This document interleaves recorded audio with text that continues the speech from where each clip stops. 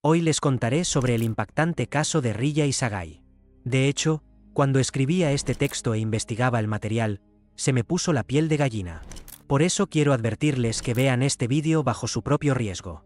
Porque esta historia está llena de injusticias en una escala tan grande que simplemente no cabe en la cabeza. Y aquí no habrá un final feliz. Pero si aún están aquí y están listos para todo este horror, entonces sumergámonos en la historia de hoy. Todo comenzó en un pequeño pueblo de la prefectura de Gifu, en Japón, un lugar que rara vez se convertía en el centro de algún suceso escandaloso. Sin embargo, en la madrugada del 25 de agosto de 2007, se descubrió un trozo de tierra recién removida al costado de un camino de montaña. Cuando la policía comenzó a cavar, se encontró con una escena espeluznante: el cuerpo de una joven. Más tarde se supo que había desaparecido apenas unas horas antes, cuando regresaba a casa desde su trabajo en una prefectura vecina. Así terminó trágicamente la vida de Rilla Isagai, una oficinista de 31 años. Este caso fue otra prueba de que incluso en uno de los países más seguros del mundo pueden ocurrir asesinatos atroces, y este en particular fue planeado en la Darknet. Todo debido a las deudas y la codicia de otras personas, por las cuales 3 hombres estaban dispuestos a cometer cualquier atrocidad. Hasta la noche fatídica, nada hacía presagiar la tragedia. Rilla Isagai trabajaba en una oficina en la ciudad de Nagoya, donde vivía con su madre, Fumiko.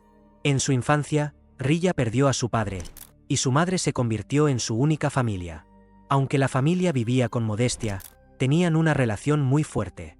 Los vecinos la recordaban como una joven amable y sonriente, que trabajaba con dedicación todos los días. Por las noches, le gustaba reunirse con amigos en los cafés locales para jugar a su juego de mesa favorito, el Go. Otro de sus grandes sueños era ahorrar suficiente dinero para comprar una pequeña casa y vivir allí con su madre. La tarde del viernes, 24 de agosto, Rilla, como de costumbre, se quedó después del trabajo para terminar algunos pendientes y soñaba con el fin de semana. Pero el camino a casa, que había recorrido cientos de veces, resultó ser mortalmente peligroso justo ese día. Nagoya es el corazón de la prefectura de Aichi y una de las ciudades más grandes de Japón. Aquí se encuentran gigantes de la industria, empresas automotrices y muchas otras cosas. A pesar de su ritmo de negocios y la multitud de personas, en Nagoya hay muchos barrios periféricos y residenciales donde después de las 10 de la noche apenas se ven personas en la calle. Así era también en la zona donde vivía Rilla. Muchos vecinos se sentían seguros allí y no temían regresar tarde del trabajo. Cuando la gente se muda a este tipo de barrios, espera llevar una vida tranquila. Pero la vida es impredecible, y los criminales también entienden perfectamente que en los lugares tranquilos hay menos testigos. Fue esto lo que aprovechó un trío de delincuentes que, como se descubriría más tarde, recorría la zona en busca de una víctima adecuada. Se dice que el Internet oscuro, o Darknet, está lleno de crimen. En realidad, esto es solo parcialmente cierto. Sí, está lleno de contrabandistas y estafadores, pero también hay quienes buscan evitar la censura o simplemente valoran el anonimato. El problema es que el anonimato es un ambiente ideal para estos criminales. Además, encontrar foros en la Darknet es más fácil de lo que parece, y para la policía es muy difícil vigilarlos a todos. Fue allí donde, en el verano de 2007, un hombre de 40 años llamado Kenji Kabahishi escribió una breve frase: "Busco compañeros para un crimen, alguien interesado". Al principio, todos pensaron que era una broma o un troleo, pero Kabahishi hablaba completamente en serio. 2 hombres respondieron al anuncio: Tsukasa Konda, de 36 años, y Yoshitomo Ori, de 32. Los 3 estaban endeudados y querían mejorar su situación financiera rápidamente, sin importarles en lo más mínimo la ley. Si hablamos de Kenji Kabahishi, su infancia fue difícil. Desde pequeño, tuvo graves problemas de salud relacionados con sus riñones, y sus compañeros, en lugar de tenerle lástima, lo maltrataban. Con el tiempo, adoptó un estilo de vida antisocial. Los pequeños robos y estafas se convirtieron en su día a día. Kabahishi, por cierto, llegó a casarse y tuvo 4 hijos, pero, según su exesposa, era agresivo y a menudo la golpeaba. Las deudas constantes, los arrestos y las sentencias de prisión lo llevaron aún más por el camino del crimen. Cuando le confiscaron la casa por falta de pago, vivió casi en su automóvil. Tras salir de la cárcel una vez más, no tenía ninguna intención de ganarse la vida honestamente. Por eso publicó aquel mensaje en la Darknet, esperando encontrar personas igual de desesperadas. Y las encontró. Tsukasa Konda tampoco tuvo una infancia feliz.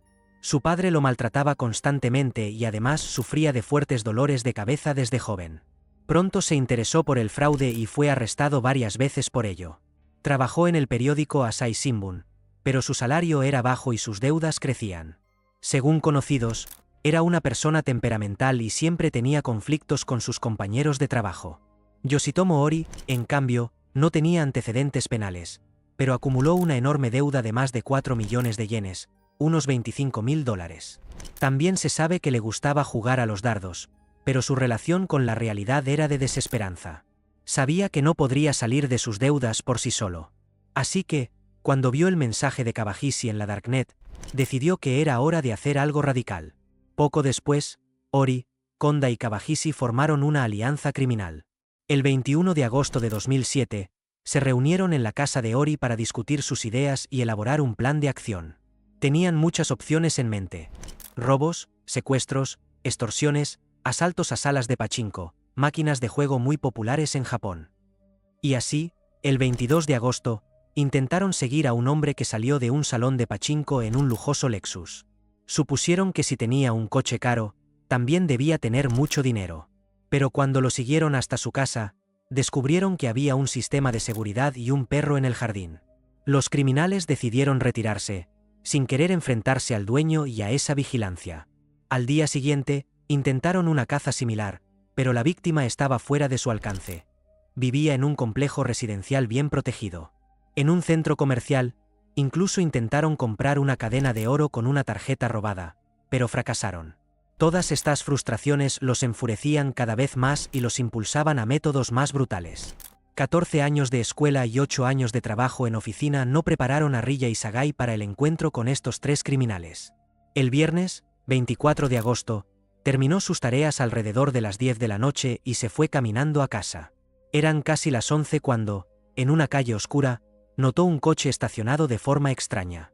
Un hombre parecía revisar el motor, mientras que otro simplemente estaba parado cerca. Al acercarse, Rilla escuchó una voz educada: «Disculpe, ¿sabe dónde hay una tienda abierta 24 horas?»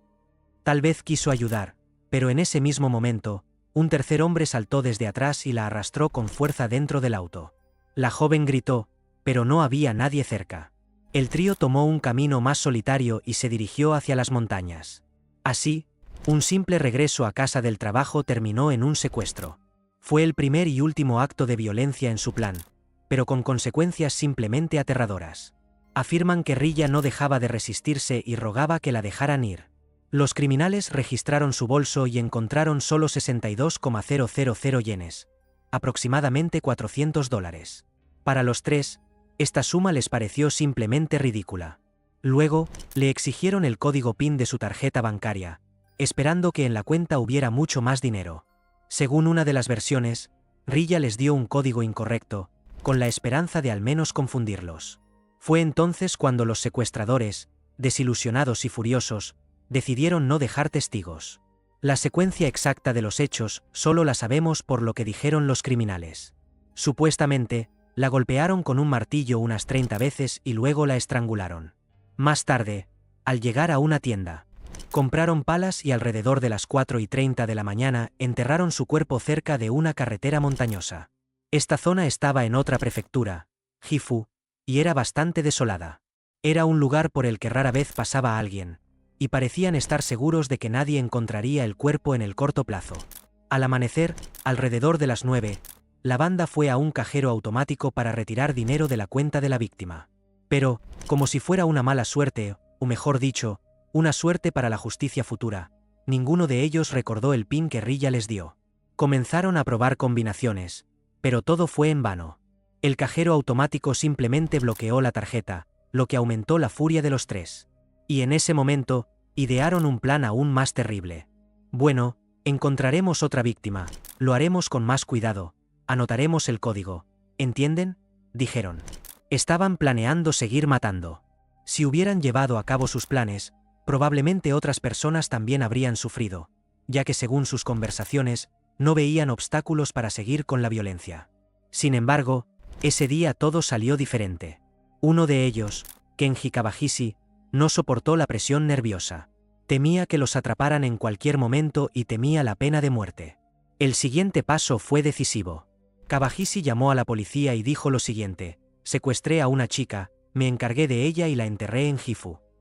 Para los investigadores, esto fue un rayo en un cielo despejado. Por lo general, los secuestradores no se entregan tan rápidamente. Al principio pensaron que podría ser una broma estúpida de alguien, pero el tono de voz y los detalles los hicieron actuar. Entonces, Kawajishi se encontró con la policía, lo pusieron bajo custodia y lo llevaron al lugar donde estaba enterrado el cuerpo. Así fue como encontraron el cuerpo de Rilla Izagai, que había estado bajo una capa delgada de tierra menos de 24 horas. Poco después, la policía arrestó a sus dos amigos, Kondo y Ori. Ellos se mostraron desconcertados, pero el hecho ya estaba claro. La policía tenía la confesión y la indicación de dónde se encontraba el cuerpo.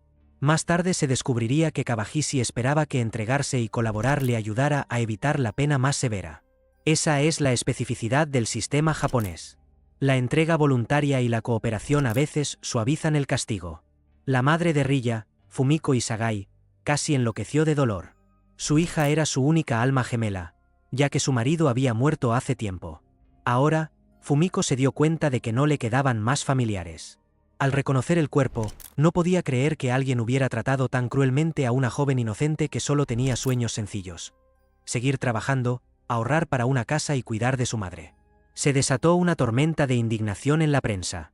Los periodistas escribieron que este caso impactante rompió el estereotipo de una Japón segura. La gente se indignaba por cómo se podía matar a una persona por $400, y encima pensar en cometer otro crimen. Incluso los padres de los dos criminales declararon públicamente que sus hijos merecían la pena de muerte, ya que ellos mismos estaban conmocionados por la magnitud de la crueldad. La investigación avanzó rápidamente, ya que la policía tenía 3 confesiones desde el principio. Kawajishi insistió en que los golpes principales los dio Kondo, mientras que este último culpaba a Ori. Ori decía que en realidad no quería matar, solo fue a mirar. Los defensores intentaron argumentar que todo fue un arrebato emocional y que la intención inicial era solo robar, no matar. También se mencionó que en Japón generalmente no se da la pena de muerte por un solo asesinato. Sin embargo, los fiscales señalaron que el crimen se cometió con una crueldad extrema y que la víctima estaba indefensa, además de que los asesinos planeaban seguir cometiendo crímenes. Finalmente, en marzo de 2009, el tribunal dictó sentencia. Kawajishi recibió cadena perpetua, mientras que Kondo y Ori fueron sentenciados a muerte. Kawajishi recibió una reducción de pena porque llamó a la policía y reveló la ubicación del cuerpo. Esto, por supuesto, causó controversia. Muchos pensaron que merecía el mismo castigo, ya que participó directamente en la ejecución. Después de que se pronunciaron las sentencias, los 3 apelaron de inmediato. En el transcurso de los procedimientos, la pena de muerte para Yoshitomo Ori fue conmutada a cadena perpetua. Según el tribunal, él no fue el principal instigador. Pero en la sociedad, muchos se preguntaban: ¿acaso no da lo mismo quién fue el principal? ¿La crueldad fue la misma para todos? Tsukasa Kondo actuó de manera diferente. Rechazó la apelación y aceptó la sentencia de muerte. Esa sentencia se ejecutó el 25 de junio de 2015, mediante ahorcamiento. Hay un dato interesante: en Japón es común no anunciar con antelación la fecha de la ejecución. El recluso puede estar en la incertidumbre durante 5, 10 o 15 años, y solo se le informa el día de la ejecución, por la mañana. A los familiares se les notifica solo después de que se haya llevado a cabo. De Kawajishi apenas se mencionan cosas en internet. Lo más probable es que haya cumplido su condena en prisión sin esperanza de liberación. Algunos creen que eligió este camino conscientemente, temiendo el peor de los destinos. Tras la muerte de Rilla Izagai, salieron a la luz detalles conmovedores de su vida. Resultó que ella ahorraba casi la mitad de su salario. Ya había acumulado alrededor de 8 millones de yenes. Esperaba que algún día podría comprar una casa, modesta, pero propia. Su madre recordó cómo Rilla hablaba de su futura casa: quería hacer un pequeño jardín. Sus compañeros de trabajo confirmaron que Rilla siempre tomaba trabajos adicionales para ganar más dinero. No le interesaba el lujo, solo quería un hogar familiar. Y, lamentablemente, esos planes se derrumbaron aquella noche, cuando la obligaron a subir al coche sin darle la oportunidad de salvarse. La tonta codicia de 3 extraños borró toda su vida. Y como siempre, al final del vídeo, quiero agradecerles por ver el vídeo hasta el final. Si les gustó mi historia, por favor, suscríbanse al canal. Aquí encontrarán muchas historias escalofriantes y sangrientas. Discutamos esta historia en los comentarios. Cuídense.